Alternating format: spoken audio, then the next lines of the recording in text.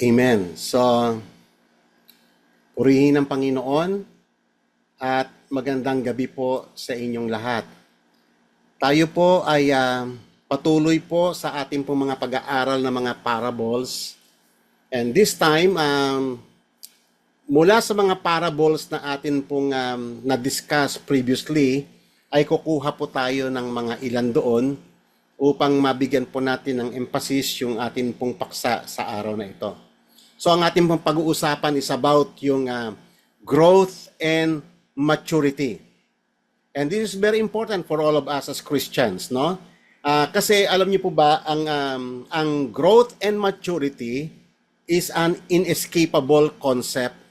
Ang ibig pong sabihin, ito po ay basic sa lahat ng mga living things sa mundong ito. Ang lahat ng bagay sa mundong pong ito ay subject sa growth and maturity. So ngayon, ang tao, ang hayop, ang halaman, ang mga puno, ang mga isda, lahat po ng mga may buhay ay nag-grow and then nagmamature. So ibig sabihin mga kapatid, yung stagnate o yung huminto na yung kanyang growth sa atin po sa atin pong pagkakaunawa, that is a sign of abnormality. Kasi ang lahat ng bagay ay lumalago. So, ang ibig pong sabihin ng stagnation ay yung hindi na develop. Huminto na siya sa kanyang growth. So, kunyari, may mga nakikita tayo na mga anumang bagay sa mundong ito. And we seen it as abnormality. That is not a normal process ng nakikita natin sa buong paligid. So, alam niyo po ba, sa spiritual aspect ang pag-uusapan po natin. Napakarami sa mga parables ng ating Panginoon ang tumutukoy about yung growth and maturity. So, kung napansin niyo yung parable of the sower, yung parable ng tares and wheat, yung parable ng mustard seed, at saka yung parable ng seed growing, at saka yung parable ng barren tree. So, marami pa pong iba, no? Lahat po ng mga parable na to ay tumutukoy po sa importance ng paglago natin at paglago din ng kaharian ng Diyos sa buhay po natin. So ngayon, ang ibig pong sabihin ng maturity mga kapatid, before we start, pag sinabi po nating maturity ay yung kunyari, for example, sa isang halaman, sa isang fruit-bearing tree, ay nare-reach nga yung state ng fruitfulness hanggang sa dumating po yung harvest kasi matured na siya, ripe na yung bunga. So yun po yung pinag-uusapan natin in a literal aspect. Now, ngayon mga kapatid, for example, magbigay lang po ako ng mga ilang halimbawa sa na-discuss natin noon, yung for example, yung parable of the sower. So yung parable of the sower ay meron pong 4 na lupa na nataniman ng salita ng Diyos. Ito po yung sa tabing kalsada, sa may batuhan, sa madawag at saka sa good soil. So nakita po natin doon yung papaano yung salita ng Panginoon ay tumutubo at lumalago. At the rest, yung 3 po na yon, yung sa wayside, yung sa rocky soil at saka sa thorny soil, pare-parehas pong na-hinder yung kanilang growth. Hindi po sila nag-mature. Only in the 4th soil, yung doon sa may good soil, doon lang po yung talagang namunga ayon sa kung ano yung disenyo ng Diyos sa kanila. Namunga sila ng iba't ibang sa iba't ibang stages ng growth and maturity. So another parable na na-discuss din natin previously, yung parable ng tares and wheat. So nakita po natin yung kwento doon na doon sa may parable ng Panginoong Hesus, ipinakita niya kung ano yung nangyayari kapag ang salita ng Diyos ay naitatanim sa puso ng mga tao. So doon sa may parable na yon, as a review, ay nagtanim ang Diyos ng kanyang salita at yung enemy ay sinabutahin niya yung field. Nagtanim din siya doon sa may field na yon ng ibang binhi. So ito yung tinatawag na tares, yung parabang counterfeit ng wheat. Doon po sa may parable, nung kinabukasan na, nakita nila na may dalawang usbong sabi ng alagad ng servant niya, Ang enemy ang may kagawan nun. So ang sabi ng alagad, ano po bang gagawin namin? Bubunutin po ba namin? Pero tignan niyo yung sabi ng Panginoon. Allow them. Allow both to grow together until the harvest. So nakita po natin ang tinutukoy po rito, no, yung both evil and good. Both the children of the devil at saka yung children of God ay parehas na mag-exist. They will coexist in this world, in the same field. Parehas silang mag-grow, kaya no wonder, wag po kayo mag-alala kung bakit may evil sa paligid natin. It doesn't mean na hindi alam ng Diyos yun. Alam ng Diyos, actually, may parable, pinakita niya, at ang sabi ng Panginoon, allow both to grow together until the harvest, kasi pagdating ng harvest, kitang-kita, obvious na obvious kung sino yung anak ng Diyos at kung sino yung anak ng Diablo. No? Balikan nyo na lang po yung video nito na atin pong record. And in the time of harvest, I will say to the reapers, first, gather up the tares and bind them in bundles to burn them up. But gather the wheat into my barn. So, yan po, no, yan po yung mystery na nakikita po natin. Kaya nga po sinabi po sa mga marami pong passages may Bible. For example, sa Revelation chapter 22, verse 11. Ganito pong pagkakasabi. Let the one who does wrong still do wrong. And the one who is filthy still be filthy. And let the one who is righteous still practice righteousness. And the one who is holy still keep himself holy. So, nakita niyo po yung dalawang klaseng growth di sa ibabaw ng mundo nang nangyayari sa kasalukuyan. Yung mga masasama, lalo pang nagpapakasama. Kaya no wonder, no, yung evil, nag-ano din siya, nag-grow siya eh. At yung righteous naman, on the other hand, nag-grow din. So, simultaneous, no? They coexist. Parehas na nagtumutubo. Pero, in the day of judgment, makikita po natin ano, na dito pinakita ng Panginoon kung ano yung gagawin niya sa mga children of the devil at kung ano yung gagawin niya, ano ang kahinatnan ng mga children of God. Ipinakita po yun sa may parable nito. Okay, so ngayon tayo as Christian, tayo ay nag-umpisa tayo sa Panginoon, nag-umpisa yung buhay sa atin ng Panginoon, yung itinanim niya sa puso natin nung tayo ay tinawag ng Panginoon o yung tayo ay na-born again. Okay? So, ang tawag po yun sa born again is regeneration. Ikaw ay ipinanganak na muli. Kasi yung ating natural generation, nung iniluwal tayo ng ating mga magulang, tayo po ay sinful. Dala-dala natin sa ating katauhan yung makasalanang pagkatao ni Adan. Minana natin kay Adan yung katawang ito na prone sa sin. At yung ating buhay ay subject sa curse and death. Okay? So yun po yung bakit, kaya nga kung tatanungin po ninyo, bakit kinakailangang ma-regenerate ang lahat, mismo ang Panginoong Jesus nagsabi niyan. Kung balikan po ninyo yung dati nating paksa sa John chapter 3, yung discussion doon ng regeneration. So sinabi ni Jesus, huwag kayong magulat, you must be born again. Lahat ng hinirang ng Panginoon, lahat ng napili ng Panginoon ay dadaan sa process ng regeneration. And this time, ang magluluwal sa iyo ay hindi na tao. Yung ating unang kapanganakan, tao ang nagluwal sa atin, isang makasalanang tao. Okay? So ngayon, sa regeneration, ang nangyayari doon, tayo ay pinanganak, ang tawag po sa may Bible, born from above. Tayo ay pinanganak sa langit. Ang nagluwal sa atin ay ang Diyos. At dito, sa pamamagitan ng regeneration ng Espiritu Santo, ay na-break yung cycle of sin sa buhay natin. Kaya meron tayong inumpisahan, meron na tayong new beginning. Nag-start na yung life sa atin. At doon lang nag-start yung faith, at doon din nag-start yung ating union with Christ, at yung ating kaugnayan sa Diyos. Inadapt tayo ng Panginoon through regeneration, through faith in Christ. So mahalaga po ito mga kapatid na maintindihan natin. Actually, tinalakay na po natin yan. Pero if you wish, if you request, so tatalakayin po rin natin nung buong buo yung concept po ng regeneration.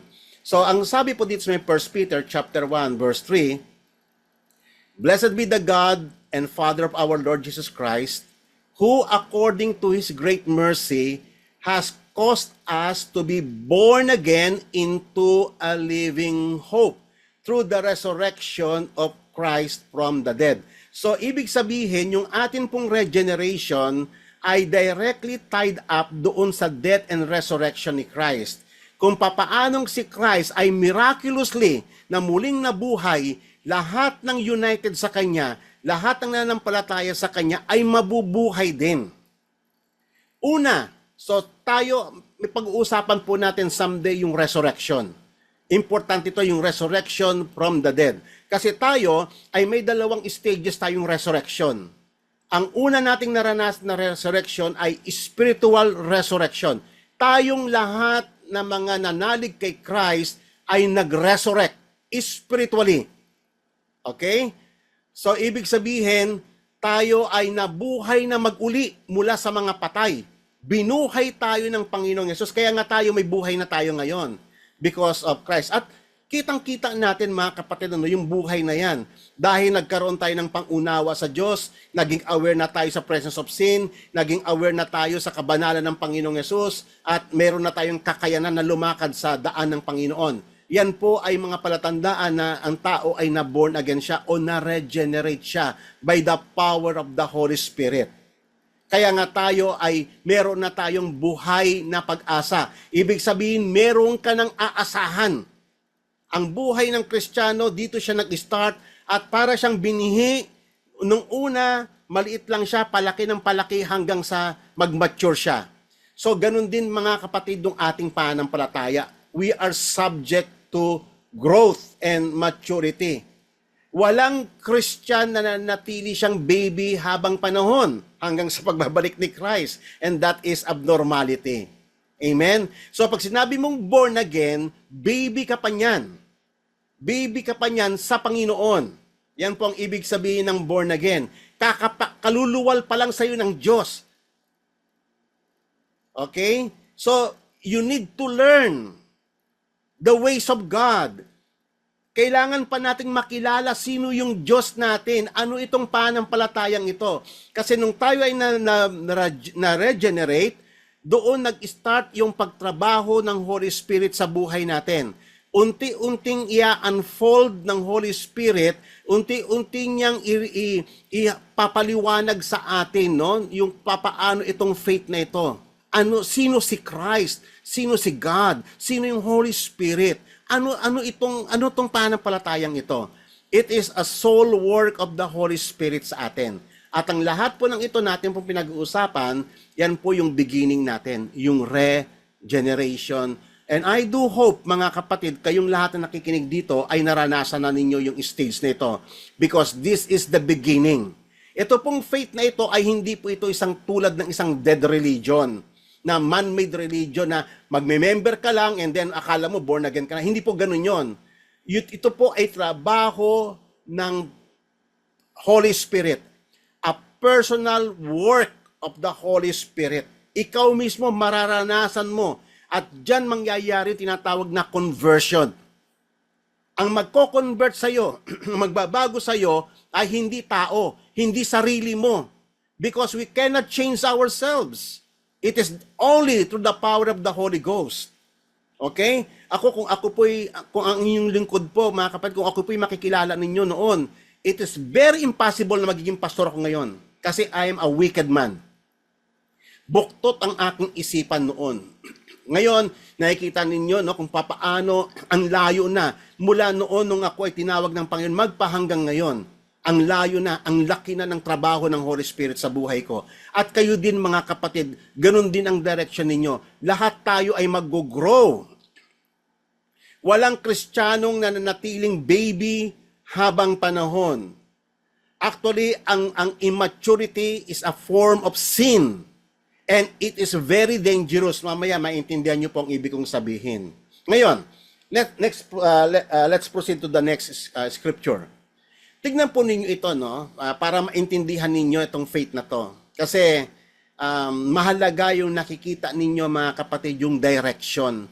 saan po ba tayo papunta?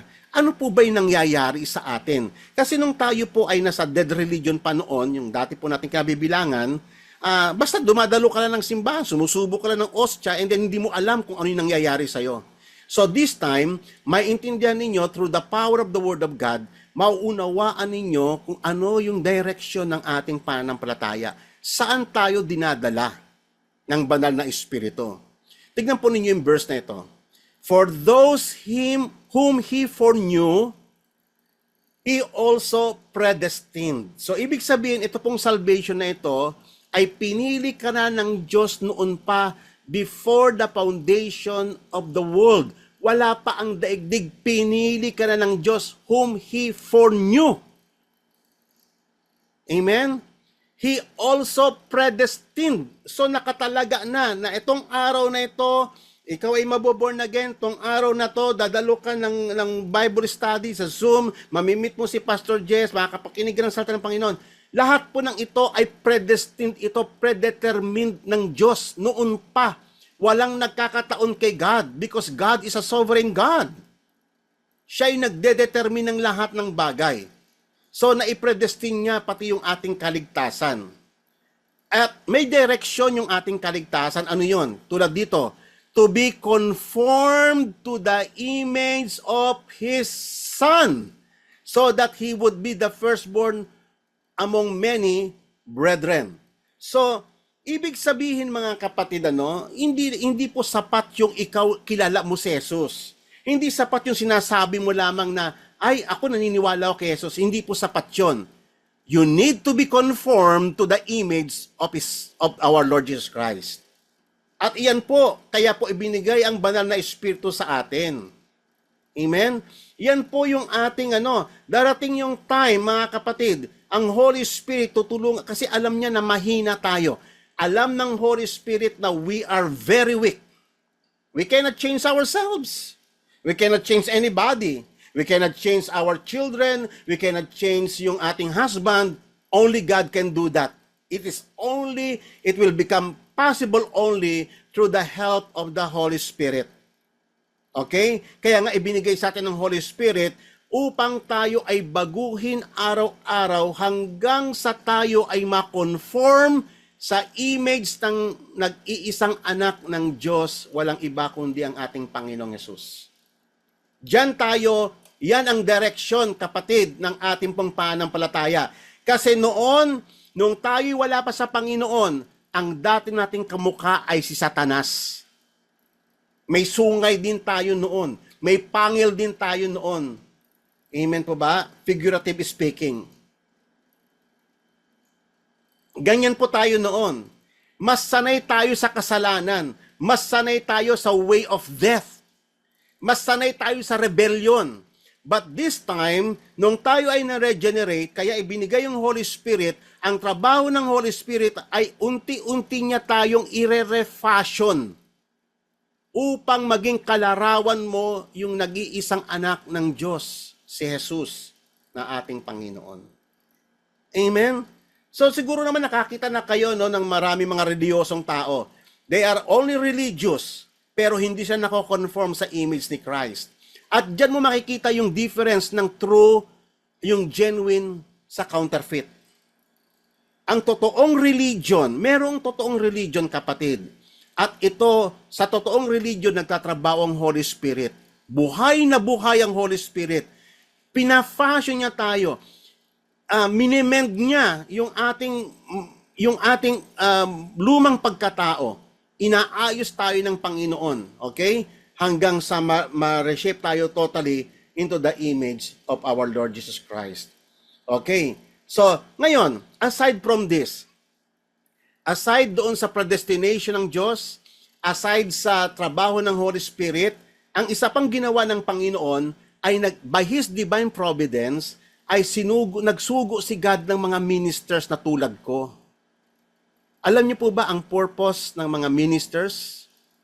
Alam niyo ba bakit may mga teachers, may mga pastors, and so on and so forth? Makikita niyo po yung purpose dito po sa may verse na ating pong babasahin ngayon.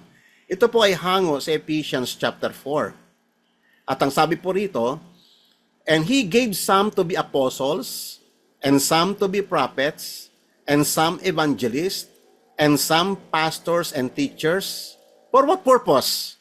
Sabi po ng verse 12, for the equipping of the saints for the work of service. Wow. Yun pala kaya pala mga kapatid, laging may direction Laging may purpose. Kahit po dito sa may platform nito mga kapatid, kayo mga nakikinig, kayo nakikinabang dito. Dapat darating din yung time na kayo ay magiging ma-equip kayo. Yung napapakinggan ninyo ay i-apply ninyo sa buhay ito upang kayo ay maging kagamit-gamit sa kaharian ng Diyos. Iyan po yung direction So, iyan po yung purpose kung bakit ako man ay ni-raise ng Panginoon, bakit niyo ako nakilala, bakit kayo naririto ngayon, bakit kayo nakikinig ngayon. Iyan po yung purpose. Para kayo ay ma-equip. Para kayo ay makapaglingkod sa kaharian ng Diyos. Kasi hindi po pwede kapatid yung ikaw ay you just listen and listen and listen every Sunday and then ayaw mo namang paggamit sa Panginoon. That is out of purpose, no? Hindi ganon ang disenyo ng Diyos. And then pagpatuloy po natin, to the building up of the body of Christ. Wow. Okay, so yan yung ikalawa. Una, upang tayo ay ma-equip sa paglilingkod sa Panginoon. Pangalawa, para mabuo ang body ng Panginoong Hesus, which is the church as a whole. Okay? Until we all attain, lahat, walang maiiwan. Until we all attain to the unity of faith. Magiging iisa yung direction ng pananampalataya. And of the knowledge of the Son of God. Wow. Kaya nga lagi kong sinasabi sa inyo kanina, even sa ating pong discussions kanina, prior itong ating pong BS, ay pinag-usapan na natin yung importance ng knowledge, yung mag-increase tayo sa knowledge of God. Kasi basic po yan sa isang Kristiyano. Hindi siya dapat maging stagnate. Hindi dapat yung, kasi alam nyo ako, marami na akong nakilalang Kristiyano Alam niyo yung mga anti-knowledge, ayaw nila yung mga doctrines, ayaw nila yung mga... Bakit? Ibig mo sabihin, pag ayaw mo ng doctrine, ibig sabihin, ayaw mo kay God, ayaw mo kay Christ. Ang Bible, doctrine yan Lahat ng teachings ng Bible is doctrine. Pag-usapan mo ang faith, pag-usapan mo ang salvation, pag-usapan mo ang Holy Spirit, pag-usapan mo si Christ, lahat ng pinag-uusapan natin dito is doctrine. Okay? Kaya hindi po pwedeng kamuhian mo ang doctrine. Hindi po pwede sabihin na, basta mahal ko si Jesus, basta magmahalan na lang tayo. Wrong. That is ignorance. Amen? Kailangan tayong mag-increase sa knowledge.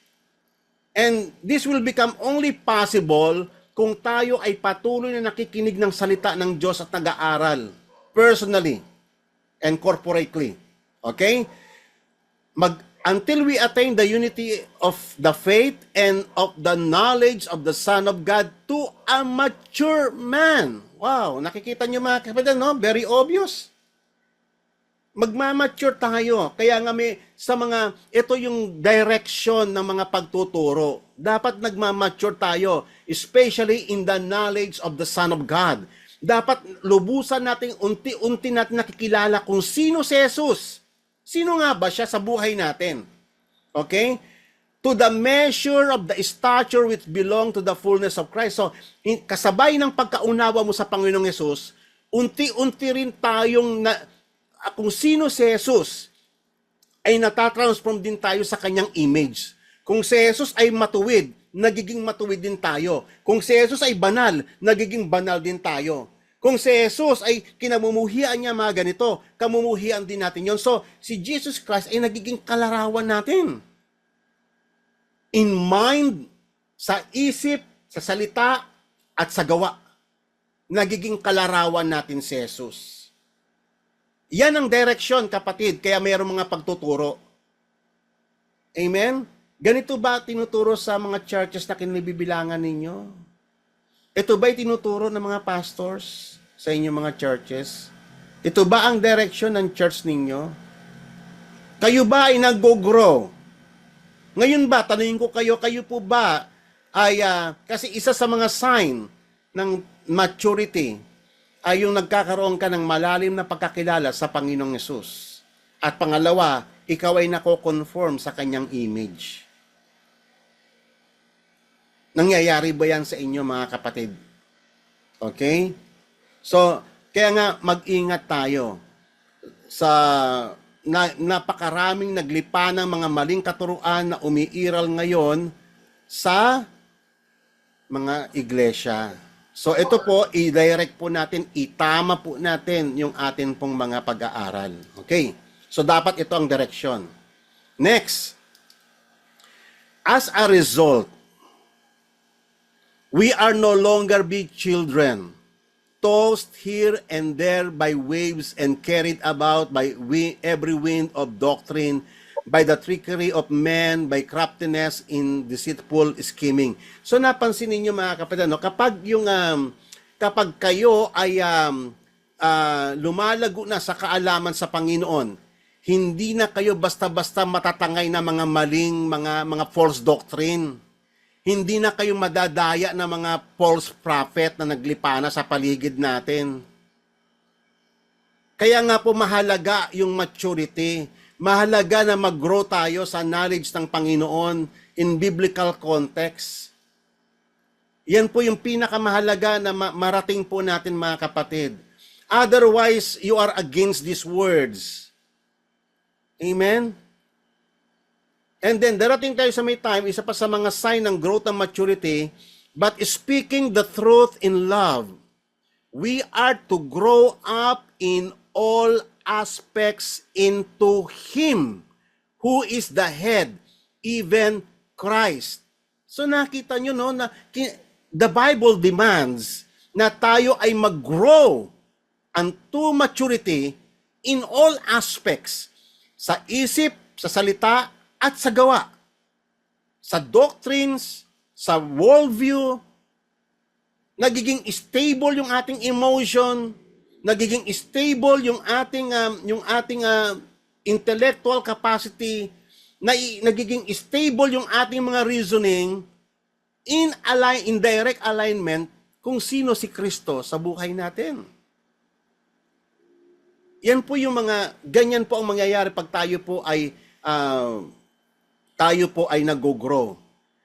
From whom the whole body is being fitted and held together by what every joint supplies, according to the proper working of each individual part, causes the growth of the body for the building up of itself in love. So nakita nyo, mga kapatid, no? Dito po pinag-uusapan na bawat isa sa body ni Christ, kung kayo ay kabilang sa body ni Christ, kayo ay may special function na gagampanan sa church upang ang bawat bahagi ay makinabang at magkaroon ng contribution sa growth ng buong katawan ng Panginoong Hesus. Tignan niyo po ang inyong physical body. May mga function po yan eh. Ang inyong muscle, ang inyong mga ugat, ang inyong mga buto, ang inyong mga internal organs. May function po sa may body. Failure na isang part ng inyong body ay mag-fail, maapektuhan yung growth ng buong body.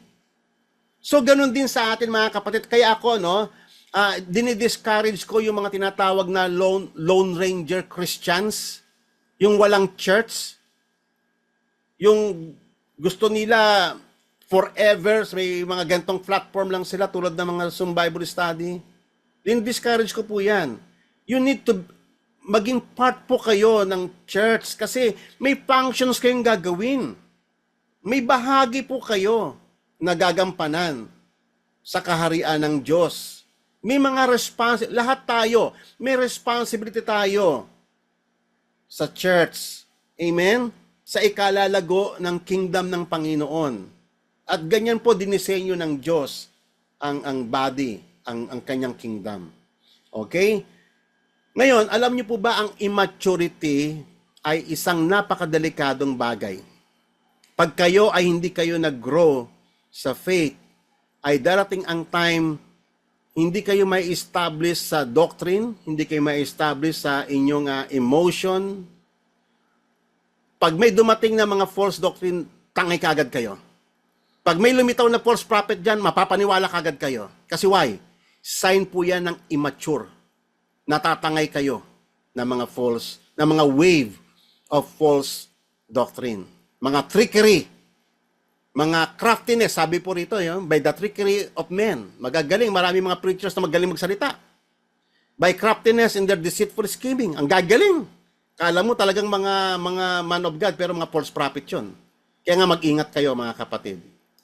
Okay? Kaya nga sabi po rito sa may 2 Peter chapter 3 verse 18, grow. So nakikita po ninyo, no, sunod-sunod yung mga verse natin. Nais ng Panginoon na mag-grow tayo in the grace of God. Unang-una, in the grace of God. Yung habang lumalaki ka sa Panginoon, ay lumalawak yung pagkaunawa mo kung gaano kalaki yung habag na iniuukol ng Diyos sa atin. Nakikita mo na lahat sa buhay natin ay grace of God.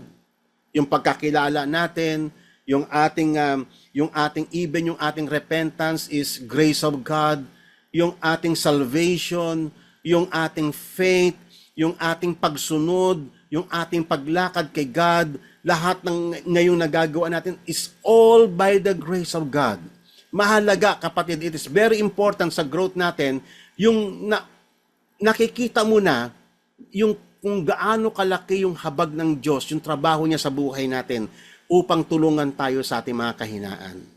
Isang malaking bagay yun, kapatid, na nakikita mo ang sufficient, ang abundance ng grace ng Diyos sa buhay natin. But not only that, kapatid, that's only a part, no, yung grace ng Panginoon. We also need to grow in the knowledge of our Lord and Savior Jesus Christ. Amen?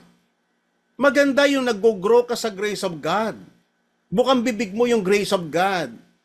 Pero that is only the other half.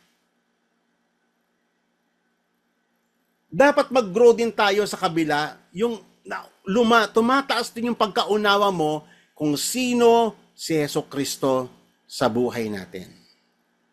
To Him be the glory, both now and forever. Amen. Okay? So that is very important. Kayo ba, kapatid? Nag-grow ba talaga kayo? Sa ngayon ba? Gaano na? Nakikilala nyo ba si Jesus ng lubusan? Sino ang banal na Espiritu? Ano yung trabaho niya sa buhay natin? Sige nga, kung may magtanong ba sa inyo about the Trinity God, kaya nyo bang ipaliwanag? So tanungin nyo po yung mga sarili, kayo ba ay nag-grow? Baka naman puro grace of God lang kayo. Nakalimutan na ninyo yung the other half. Yung mag-grow sa knowledge ng Panginoong Yesus. Amen? Parehas po yan na kailangan natin. Both integral part of our growth. Nag-grow tayo into the knowledge, knowing the grace of God, knowing His mercy, knowing His compassion, but also we need also to learn about who our Lord Jesus Christ really is. Okay? Tignan po ninyo itong verse na to. This is very important. Sa 2 Peter chapter 1. Tignan niyo po yung papaano inorganize ng Panginoon ng kanyang salita. Seeing that His divine power has granted to us everything, lahat ng kailangan natin, patungkol sa buhay at patungkol sa kabanalan, sa paglakad sa katuwiran, na i-provide ng Diyos Everything has been granted to us divinely by His divine power. Kaya wala tayong excuse na ibigay na ng Diyos, na i-provide na ang lahat ng Diyos na kailangan natin para tayo ay mag-grow. Amen po ba? Ito po ba ay nararanasan nyo sa buhay ninyo? Seeing that His divine power has granted to us everything pertaining to life and godliness. Hindi lamang yung mga kailangan mo sa buhay ang binigay ng Panginoon para ikaw ay mag-grow, pati yung godliness. Through the true knowledge of Him who called us in His glory and excellence. Kaya nga importante yung nakikilala mo si Kristo eh. Yung nag-grow ka sa knowledge kung sino talaga sa may buhay mo. Kasi magbabago kung papaano kang nag-grow sa knowledge ni Christ, ay nagbabago din yung worldview mo. Nagbabago yung perspective mo sa buhay. Mas nakakita ka ng mas maliwanag. Mas nauunawaan mo kung ano talaga itong buhay na meron tayo. At ano yung pag-asa na meron tayo sa Panginoong Yesus. Importante mga kapatid na tayo mag-grow. Kasi naibigay ng Diyos ang lahat eh. Lahat ng grace na kailangan natin pertaining to life and godliness so that we have no excuse. Ang tao mahilig siyang mag-excuse. Ang dami niya mga excuses. Amen? For by this, He has granted to us His precious and magnificent promises, so that by them you may become partakers of divine nature. Wow! Kaya importante mga kapatid na tayo ay nag-grow. Kasi habang tayo ay nag-grow sa knowledge ng Panginoon, tayo din ay lumalakas din yung ating pagwaksi sa kasalanan. At naitatalaga din natin yung ating sarili sa Panginoon. Alam nyo ba, ang isang sign ng isang immature, he is not able to control yung sin sa buhay niya. Ang isang taong nagmamature ay mas malakas na yung kanyang desire to live in holiness and righteousness kasi nagiging kalarawan na siya ng Panginoong Yesus. Okay? Lumalaki na yung trabaho ng Diyos sa kanyang buhay. Mentally, physically, spiritually, emotionally, socially, intellectually. Okay? Having escaped the corruption that is in the world by lust. So, yan po yung isang malinaw na indication ng maturity. Lumalakas na yung iyong katawan sa pag-resist ng kasalanan. Nakikita mo na yung, naunawaan mo na yung corruption ng mundong ito. At alam mo nang huwag kang madedefile sa mga mapanglinlang na kasalanan ng mundong ito. Nakaka-escape ka na sa corruption ng mundong ito. Diba? Okay. And then, pinagpatuloy pa ni Apostle Peter in verse 5, now, for this very reason also. So, yamang tinanggap natin ang lahat ng bagay pertaining to life and godliness by the grace of God. Now, sabi rito, kaya ibinigay daw yon ay para may apply natin in all diligence, in your faith, supply moral excellence. Ano pong ibig sabihin? Idagdag mo daw sa iyong pananampalataya kasi diyan tayo nag-start sa faith eh. Amen po ba? Nag-start tayo sa may faith and we need to grow. At papaano? Yung faith mo ay lalakipan mo ng moral excellence. So yung behavior mo, yung morality mo, kasi nababasa mo ang Bible is a book of morality. Okay? So nadidifferentiate mo na yung morality ng mundong ito at yung kung ano yung moral na tinuturo ng Bible. So yung faith mo, nag-increase ka, nadadagdagan, na yung bumubuti din yung ugali mo. Kung dati ikaw pala utang ka tapos tinatakbuhan mo yung mga inuutangan mo, ano mo na yon, na-overcome mo na yon. Kayo ba mga kapatid, mahilig kayo mangutang na tinatakbuhan nyo, tinataguan yung inuutangan nyo? Amen? So that is a sign of ng isang total ignorance sa Word of God. Kasi tayo nag-grow tayo. Kaya nga hindi puro faith lang. Hindi sapat na sabihin mo, ako may faith ako kay Christ. So dapat yung moral natin, nagiging excellent din tayo in terms of ethics. Okay? In your faith, supply moral excellence. Ibig sabihin, idagdag ninyo sa inyong panampalataya ang kabutihang asal. Kasi maraming Kristiyano masama ugali. Sa totoo lang po, marami pong Kristiyano masama ugali. Kasi hindi niya sinusunod itong instruction ng Bible eh. Amen? Kasi kung ikaw talaga nasa sayong banal na espiritu, magagawa mo to kasi God has provided us everything pertaining to life and godliness. Kaya magagawa mo ito through the help of the Holy Spirit. Now, okay? And in moral excellence, idadagdag mo naman yung knowledge. Yan. Nagbabasa ka na ng Bible. Kaya nga kapatid, basic yan eh. Basic yan sa Christian, nagbabasa ng Bible. Dapat tayo nag-grow tayo sa knowledge ng Panginoon. Alam nyo, ang knowledge po kapatid ay hindi po yung parang Lord, Panginoon, nagpe-pray ka, Lord, bigyan mo po ako ng knowledge, and then ini-expect mo parang ibubuhos lang ni God sa'yo sa utak mo yung knowledge. Hindi gagawin ng Diyos yun. Kapatid, you have to read your Bible. You have to attend itong mga ganitong mga platform. You have to attend church at makinig ka sa mga pastors na itinalaga ng Diyos doon para ikaw ay mag-increase din sa knowledge. Amen po ba? Walang magic, wala pong shortcut sa knowledge except read the Word of God by yourself diligently. Amen. And in the knowledge, mag-i-increase ka rin, idadagdag mo naman yung self-control. Yan, natututo ka na magpigil. Kaya nga alam nyo, kasama yan sa maturity natin. Natututunan mo ng pigilan yung dila mo. Alam mo, ako, ang dami ko nakilalang yan, Kristiyano Taklesa. Grabe ang bibig, hindi marunong mag-control. Kasama sa growth yan, nakokontrol mo na yung bibig mo. Mga kapatid, may mga bagay na dapat mong sabihin at may mga bagay na hindi mo dapat sabihin. Sign ng isang matured na tao, alam niyang i-control ang salita niya. Alam niya kung kailan lang siya magsasalita. There are times that you don't need to talk.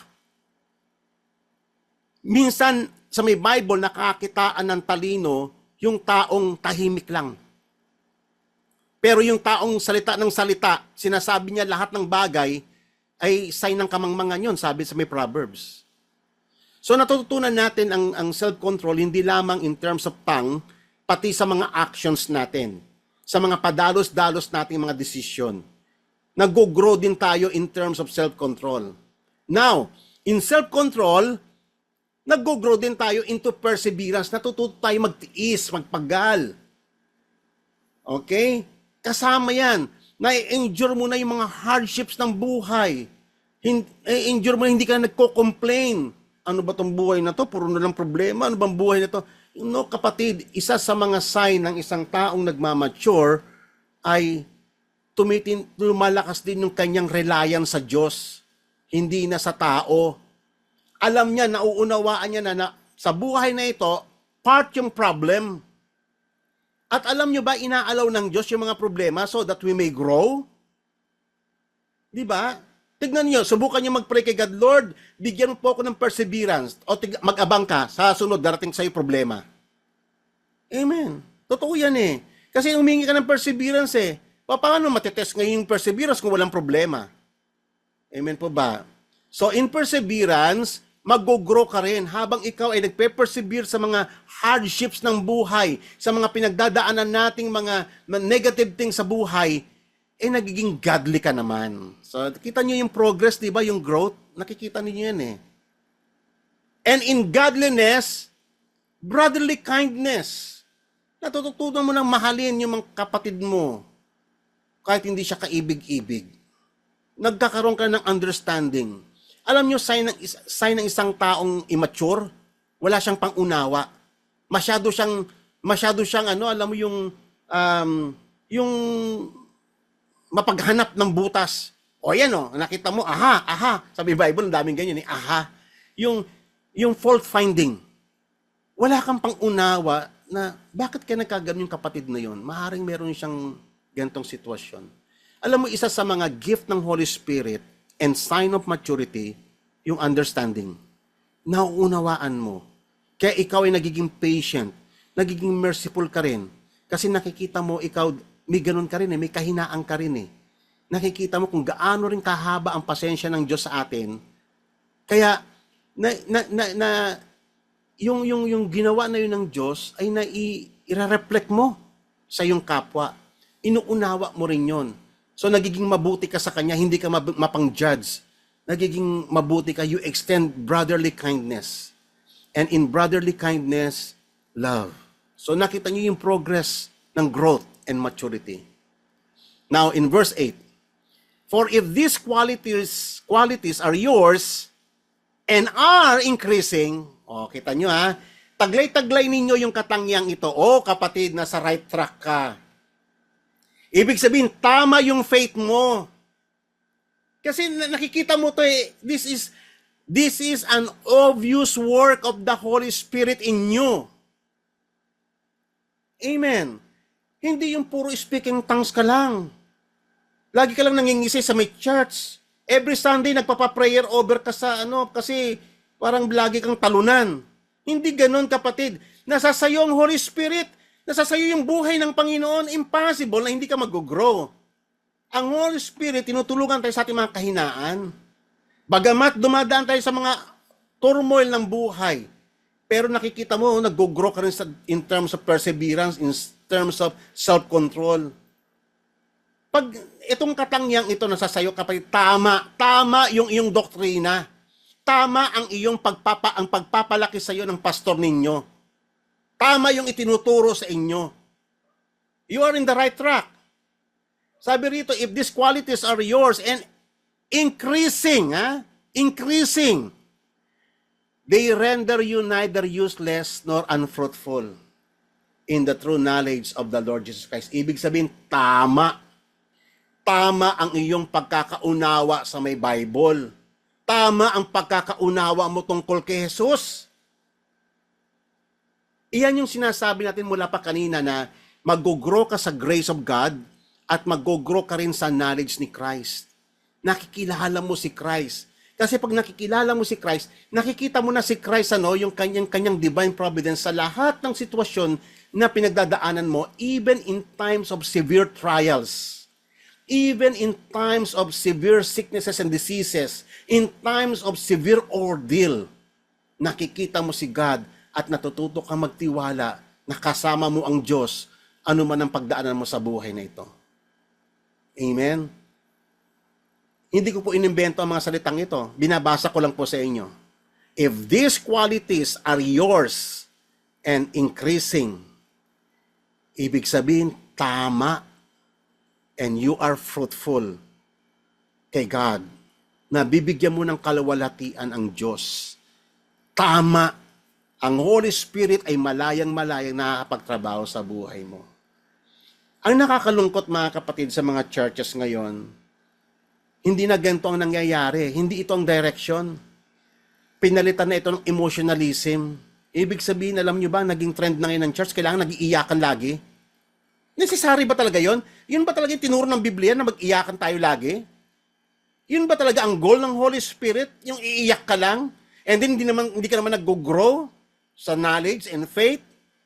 Mag-isip-isip kayo, kapatid. Ang totoong growth, ang totoong presence ng Holy Spirit, nakikita mo ang mga bagay na to sa buhay mo. Amen po ba? Mag-isip-isip kayo, kapatid. This is the true manifestation of the Holy Spirit in us. Kaya umiyak ka man o hindi. Hindi ako against sa umiyak. But I am against doon sa nagiging practice sa church na para bang iyon ang goal. Gaya nga po ng testimony ng isang dating song leader. Nung bago pa lang siyang song leader, ang orientation sa kanya ng pastor niya, sabi sa kanya, huwag kang titigil hanggat hindi nag-iiyakan yung mga tao. What? Ganon? Ganon tinitrain? Sa church namin, never po namin sinasabi yan sa mga song leader. At hindi po namin requirement yung umiyak. At hindi po namin trabaho yung paiyakin kayo. Kasi trabaho yan ng Holy Spirit eh. Kasi pag nakita mo ang Holy Spirit katrabaho sa'yo, kusa kang iiyak eh. Amen? Hindi po yan ang main objective. Ang main objective, kayo ay mag-grow in the grace of God, kayo ay mag-grow in the stature into the fullness of Jesus Christ. Kasi dyan tayo predestined to be conformed to the image of the Son of God. Amen. Now, 2 Peter chapter 1 verse 5 to 7. Patuloy po ng ating pong binabasa kanina. Ito po yung conclusion niya ni Apostle Peter. For he who lacks these qualities is blind and short-sighted. Bulag ka, kapatid. Bulag ka sa katotohanan kasi hindi mo nakikita yung qualities na yun eh. Ang alam mo lang, nakakala mo ang spirit-filled ay yung lagi ka nag-speak in tongues. Ang alam mo lang, lagi kang nangingisay sa church, bumubula bibig mo, sumusuka, tumatawa. Yun ang practice na nakikita ko sa mga churches ngayon eh. Napalitan na ng clear instruction ng Bible. Kaya nga sabi rito, mismo ang Bible na nagsasabi si Apostle Peter, yung wala ng ganitong katangian, yung nag-i-increase, yung nag-grow sa faith, ay bulag at short-sighted, having forgotten his purification from his former sins. Ibig sabihin, hindi niya talaga naintindihan yung purpose ng salvation. Hindi niya talaga naintindihan yung work ng Holy Spirit sa buhay niya. Nailigaw siya ng maling pagtuturo ng pastor. Amen po ba? O verse 10. Hindi ko po iniimbento, sinasabi ko, binabasa ko lang po sa inyo. Ine-expound ko lang po. Verse 10. Therefore, brethren, be all the more diligent to make certain about his calling and choosing you. Sabi niya rito, make certain, siguraduhin ninyo. Kung ano ba talaga, bakit ka nga ba tinawag ng Panginoon? Bakit ka ba niya pinili? Para umiyak lang? Para mag-speaking tongues lang? Yun lang ba ang buong point ng life? Ng pagiging spirit-filled? Ang daming mali eh. Ang daming mali na dapat maituwid.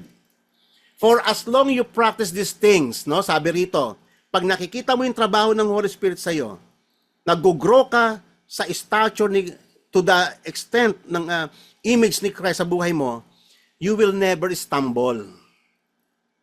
For in this way, the entrance into the eternal kingdom of our Lord Jesus Christ will be abundantly supplied to you. Kasi you are in the right track. Tama ang pananampalataya mo. Tama ang pagkakaunawa mo sa salvation. Tama ang pagkakilala mo kay Jesus. Tama ang trabaho ng Holy Spirit sa buhay mo. Kaya nga, bubuksan sa iyo ng maluwag na maluwag ang pintuan ng kaharian ng Panginoong Yesus sa iyo. Amen po ba? God cannot be fooled. Amen? Huwag nating palitan kung ano yung clear mandate ng Bible, ng ano pa mang mga practices na ginagawa natin sa mga churches natin. Unawain ninyo bakit tayo tinawag ng Panginoon. Importanteng nag-grow tayo sa knowledge ng Panginoon. Importanteng nag-grow tayo sa righteousness ng Panginoon. Basahin po ninyo yung verse na to. For so, this I say, sabi ni Apostle Paul in Ephesians chapter 4, and affirm together with the Lord that you no longer walk as the Gentiles also walk. Isa yan sa sign ng maturity. Yung natututunan mo ng lumakad sa Panginoon. Hindi na kung ano yung trend ng mundong ito, hindi na kung ano yung uso sa mundong ito, hindi na kung ano yung worldview ng mundong ito, kundi natututunan mo na o kung ano yung pleasing sa mata ng Diyos. You no longer walk as the Gentiles walk. In the futility of their mind. Kaya nga, kapatid, I admonish you. Huwag kayong gumaya sa mundo. Hindi sila ang model. Ang model ay ang Panginoong Hesus. Sa Kanya, siya ang tularan nyo. Kasi ang mundong ito bulag. Ang mundong ito, ang term dito, futile ang kanilang mind. Depraved ang kanilang isip. Being darkened in their understanding, excluded from the life of God because of the ignorance that is in them, because of the hardness of their heart, and they having become callous, they've given themselves over to sensuality for the practice of every kind of impurity with greediness. Yan ang mundo. Huwag na kayong tumulad sa mundo. Huwag na kayong makigaya-gaya putumaya sa mundong ito. We are a holy people. Alam niyo ba ibig sabihin ng holy? Si God sineparate niya tayo sa karamihan sa mundong ito. And then tinuruan niya tayo ng godly culture, ng heavenly culture. May sarili tayong lengguwahe, may sarili tayong pananaw sa buhay, may sarili tayong gawa. At yung ating mga orientation sa buhay ay galing sa langit, hindi galing sa mundong ito na makasalanan. Mag-iba kayo ng landas. Kaya nga sabi rito, verse 20, you did not learn Christ in this way? Amen? Nagtataka nga ako sa mga churches, bakit ginagaya nilang mundo eh? Hindi ba dapat ang gayahin ninyo kung ano yung tinuro ng Bible about holiness? As a people belonging to God, as a peculiar people, as a royal priesthood, dedicated to God. Hindi ba dapat ganon? Kasi yung tinuro ng Bible eh. Hindi yung gagaya tayo sa mundo. Pati yung mga expressions nila, ginagaya natin sa mundo. Pati yung gawi nila, pati yung pagpapalakad sa church, mundong-mundo eh. Pati music yung ng mundo, sa pumapasok sa church, nakakalungkot, gaya-gaya tayo eh. Sa halip na tayo yung maka-impluwensya sa mundo, tayo yung na-impluwensya ng mundo. Ginagamit natin yung fallen world na ito na siya yung pagtutularan as a pattern. Mali. You did not learn Christ in this way. If indeed you have heard Him and have been taught in Him, just as the truth is in Christ. Amen? So finally, sabi ni Apostle Paul, that in reference to your former manner of life, you lay aside the old self. Kung talagang ikaw ay na-regenerate, kung ikaw ay talagang born again, God has supplied everything pertaining to life and godliness. God has enabled you to lay aside. God has given you the power to lay aside the old self. It is our responsibility. It is a divine mandate to us. Hindi ang Diyos ang gagawa sa iyo niyan. Hindi ang Diyos ang maghuhubad ng lumang kasuotan o yung lumang pagkatao. Ikaw yon. Responsibility mo yon. To shun from evil. To defy evil. To hate evil. It is your responsibility. Ang ginawa lang ng Diyos, binigay sa iyo ang lahat ng kailangan mo. Lahat ng lakas at karunungan na kailangan mo ay na-provide ng banal na Espiritu. All you have to do is apply it to yourself by the grace of God. You lay aside the old self. At hindi yan gagawin sa iyo ng Diyos. It is your duty, your responsibility, which is being corrupted in accordance with the lust of deceit. Kasi pag hindi mo yan hinubad, kapatid, isang araw, magiging kalos na yung heart mo. Makakasanayan mo na yung kasalanan sa buhay mo. Sa halip na lumakad ka, sa halip na mag-grow ka, mababansot ka, kapatid. At ang tawag dyan, pag nabansot ka sa iyong spiritual growth, ang tawag dyan ay revolt against maturity. Ayaw mong mag-mature. Kasi in order for you to become mature or to grow in faith in Christ, ay hubarin mo yan, ang luma mong pagkatao. Wala ka ng business dyan. Kasi hindrance yan sa growth na nais ng Diyos para sa iyo. Verse 23, and that you may be renewed in the spirit of your mind. Once na ni-remove mo yung old self, once na iniwaksi mo to sa may buhay mo, then mag-i-start na ang Holy Spirit, i-renew niya yung mindset mo, yung worldview mo, yung perspective mo sa buhay, mare-renew. And your eyes will begin to see the kingdom of God. And it's also your responsibility to put on the new self, which is the likeness of God, which has been created in the righteousness and holiness in the truth. Amen? Responsibility natin yan na isuot ang bagong pagkatao sa tulong ng biyaya ng Panginoon. Sapagkat yung bagong pagkatao na yun, iyon yung kalarawan ni Jesus. Doon nais ng Diyos na tayo ay ma-conform. And that is our divine responsibility. To put off the old self and to put on the new self.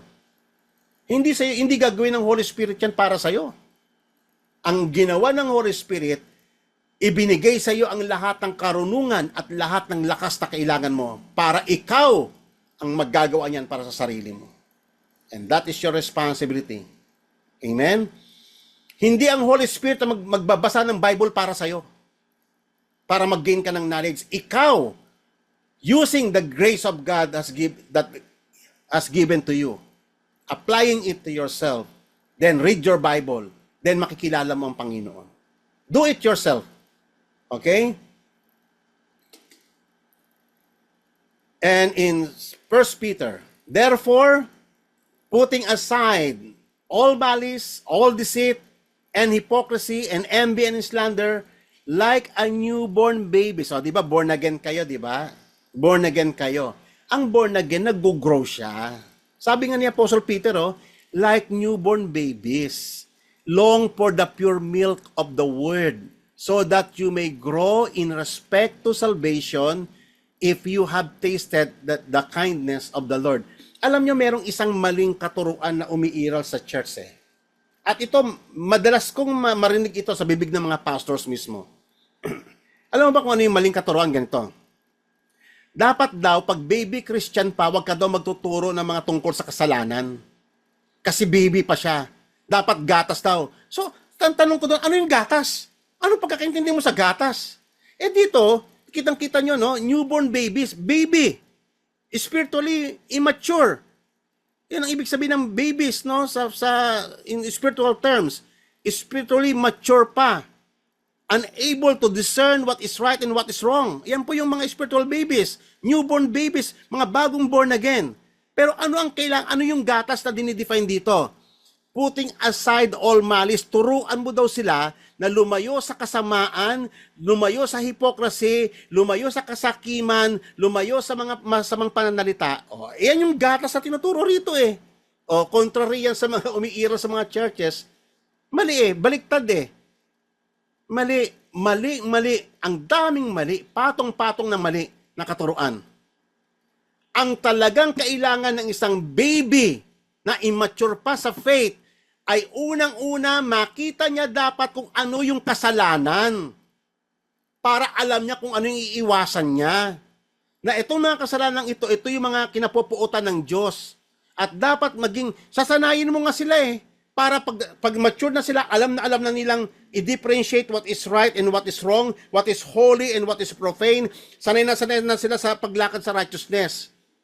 So para mangyari yun, ituro mo paano sila lumiwas sa kasalanan. Yan yung katuruan ng Bible So ang nangyari ngayon, nag-define sila ng another term ng milk other than sa tinuturo ng verse na ito, which is wrong.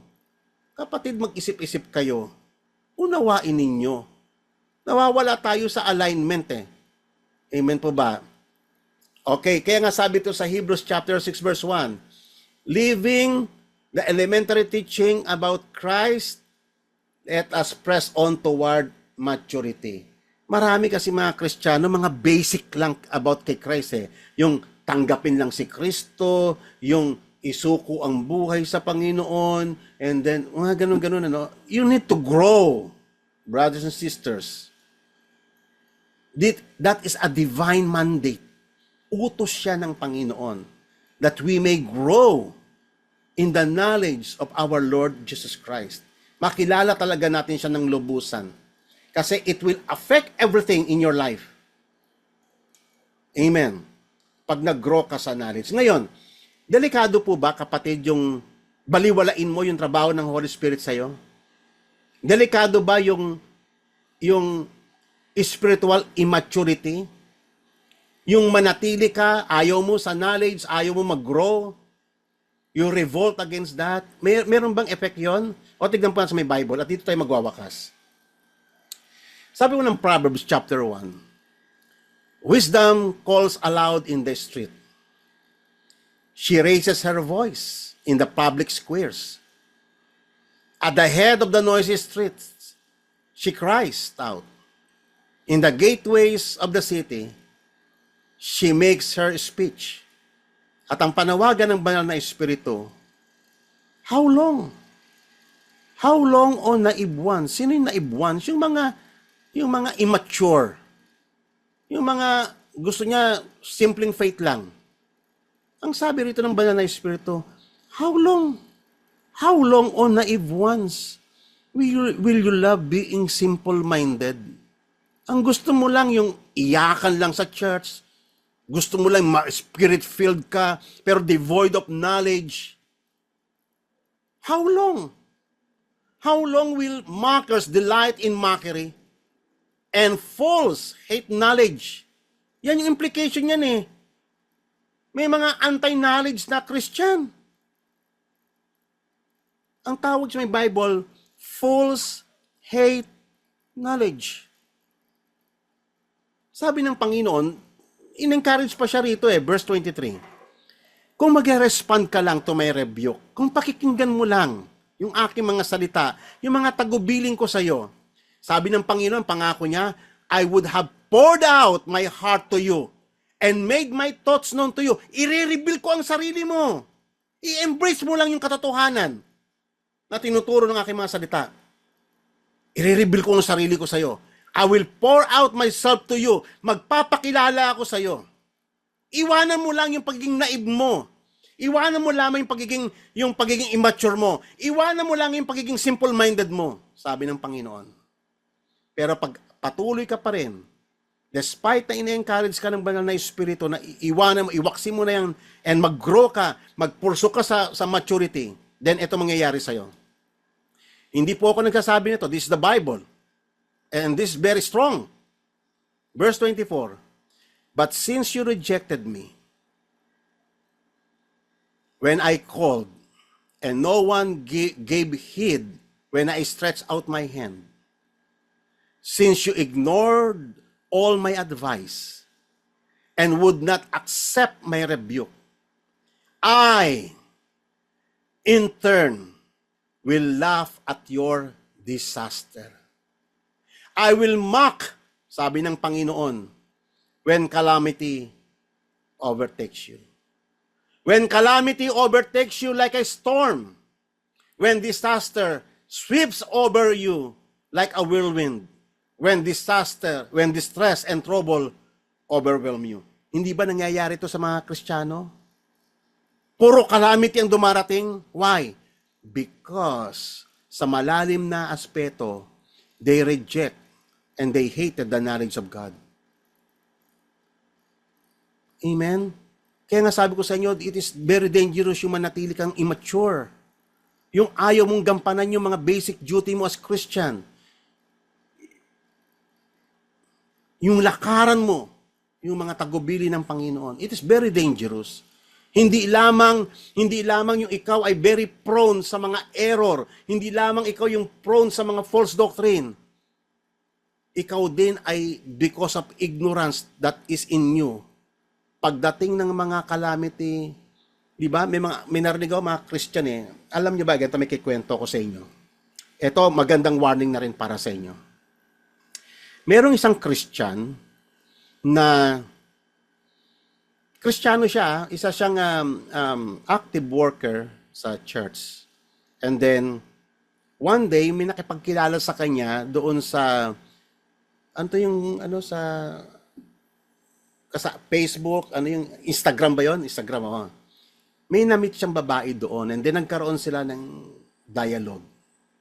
Nagkaroon sila ng conversation. Hanggang sa one night, ay in-invite siya ng babae na magkaroon sila ng video call isang gabi.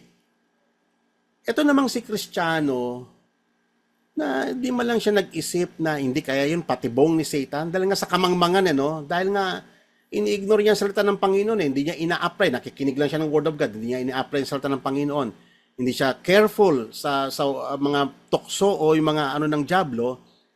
So nung gabing iyon, inon niya yung video niya and then all of a sudden ang nakita niya hindi ka nais-nais na senaryo. Hindi ko na i-detalya sa inyo kung ano yung ginagawa ng babae. At siya naman natukso siya kasi nakita niya yung immoral act doon sa senaryo. Yung babae may ginagawang hindi niya alam, binibiktima na pala siya. Hindi niya alam na nakabidyo na pala siya at iba-blackmail siya. Kaya mag-ingat kayo mga kapatid. Huwag kayong basta-basta nagkiklik ng mga kung ano-ano dyan sa may na nag-invite sa inyo. Baka matrap kayo sa the same trap na yon na kinahalugan ng isang kapatid natin. And then, nung matapos na yon, eto na, yung blackmail na. Inano na siya na, eto, kung hindi ka magbibigay ng pera, i-broadcast namin to sa Facebook mo, sa lahat ng mga kaibigan mo, ipapadala namin yung video na ito, ganto ang ginagawa mo sa yun. So ngayon, syempre, Kristiyano siya, hiyang-hiya siya. Nakabigay siya ng pera, pagkatapos pagbibigay ng pera, iba-blackmail uli siya, tapos 4 times siya nagbigay ng malalaking halaga. 4 times. Hanggang sa nagkautang-utang na siya, wala na siyang maibigay, bina-blackmail pa rin siya. Hanggang sa hindi niya na makayanan, lumapit siya sa isang kapatid. And then pinayuhan siya ng isang kapatid. Sabi niya, alam mo, para matigil yan, aminin mo unang-una sa pamilya mo. Aminin mo sa harapan ng pastor para matulungan ka ng pastor kung ano yung gagawin mo. Tanggapin mo na yung consequences ng kasalanan. It is because of the foolishness. Actually, ganun-ganun. Isa yung sa magandang halimbawa na nangyari rito. No? Pag nireject mo talaga yung admonition ng Panginoon, darating ang time, mahuhulog ka sa patibong ni Satan eh. And that time, sabi ng Panginoon, because you rejected me, you rejected you ignore my advice. You did not accept my rebuke. I, in turn, will laugh at you at the day of your disaster. I will mock you when your calamity comes and overtakes you. Amen po ba? Yung calamity pa naman yung kapatid, parang ipo-ipo. Pag pumutok na yung scandal, you are trying to save your face. Hindi mo inisip yung mukha kaya ng Panginoong Jesus, yung pangalan kaya ng Panginoon, ang gusto mo lang mangyari ay ma-save yung pangalan mo. But you are not concerned about the name of God na dala-dala mo, na na-blaspheme because of your ignorance. Amen? Ano ang mas malaga? Yung pangalan ng Diyos na taglay-taglay mo o yung pangalan mo ang gusto mong isave? Kaya ang payo ng isang kapatid, very wise. Aminin mo. Para matigil na yang ano na yan. Para wala na silang pangahawakan sa'yo. I-broadcast man nila yan. Nagsisi ka. Pakita mo, nagkamali ka, aminin mo. That is the only way na wala ng kapangyarihan yung mga nagbablackmail sa'yo para matigil na yan. Amen po ba? Kaya nga kapatid, listen. Mag-mature kayo sa faith. Importante yan. It is a very dangerous. Mahuhuli kayo ni Satan eh. Alam nyo ba sa mga kung paano umatake ang lion? Mamanmanan muna nila yung herd. Kunyari, herd ng mga baka o gantong ano. Titignan nila sino yung mahihina. Mag-aabang sila patiently yung mga lion sa isang tabi, sa isang corner. Pagmamatsyag lang sila. Pag may naispatan silang weak, yun na. Aabangan nila yon. At doon sila magko-concentrate, atakihin nila yon. Ganun ang nangyayari sa mga Christians. They are so weak. Why? Kasi they revolt against maturity. They rejected knowledge. Kaya ganun ang nangyayari. And then kapag dumating na yung calamity, iiyak-iyak. Minsan sisisihin pa si God, Lord, bakit nangyari ito sa akin? Sinong dapat sisihin doon, kapatid? Think about this, O Lord God. And then ito ang pinaka-final reply ng Panginoon. Sabi niya, then they will call to me, but I will not answer. They will look for me, but they will not find me. Since they hated knowledge and did not choose to fear the Lord, since they would not accept my advice and spurned my rebuke, they will eat the fruit of their way and be filled with the fruit of their schemes. For the waywardness of the simple will kill them, and the complacency of the fools will destroy them. Amen po ba?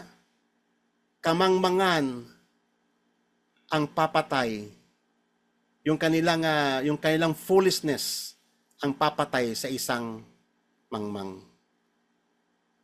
Amen? Their complacency ang magde-destroy sa kanila. But whoever listens to me will live. They will grow and they will become mature in safety and be at ease without fear of harm. Amen po ba? Now, this is my final word in Colossians chapter 3.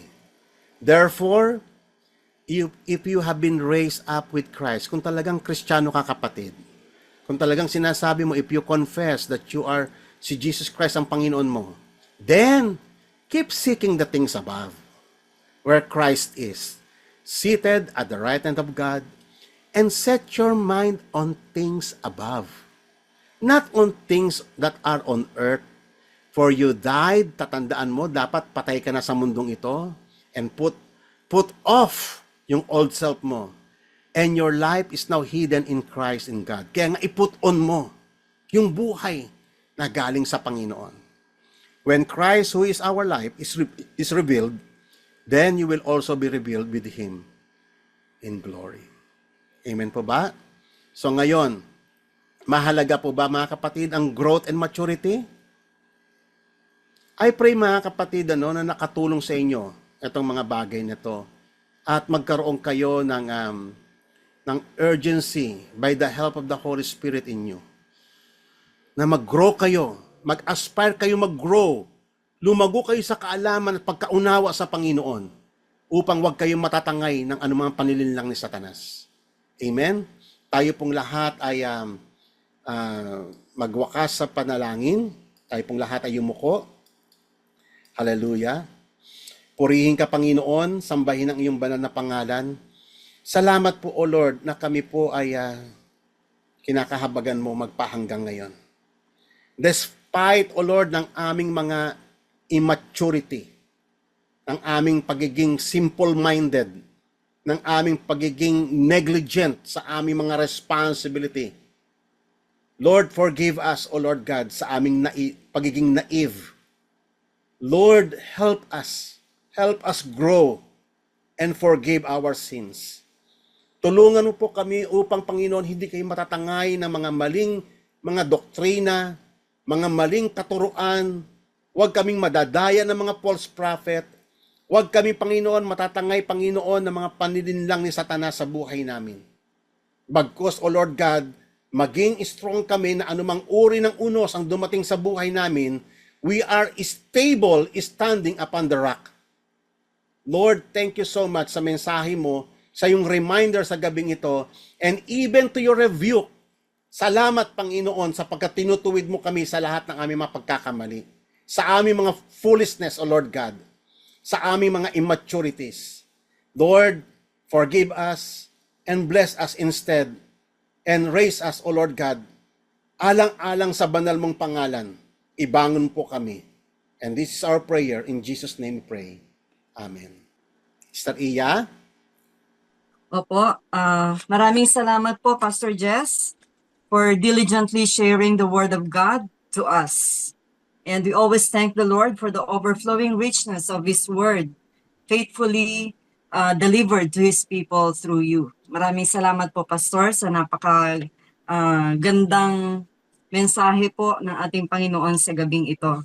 Kung may mga katanungan po tayo, mga kapatid, pwede po tayong mag-raise. Sister Joy,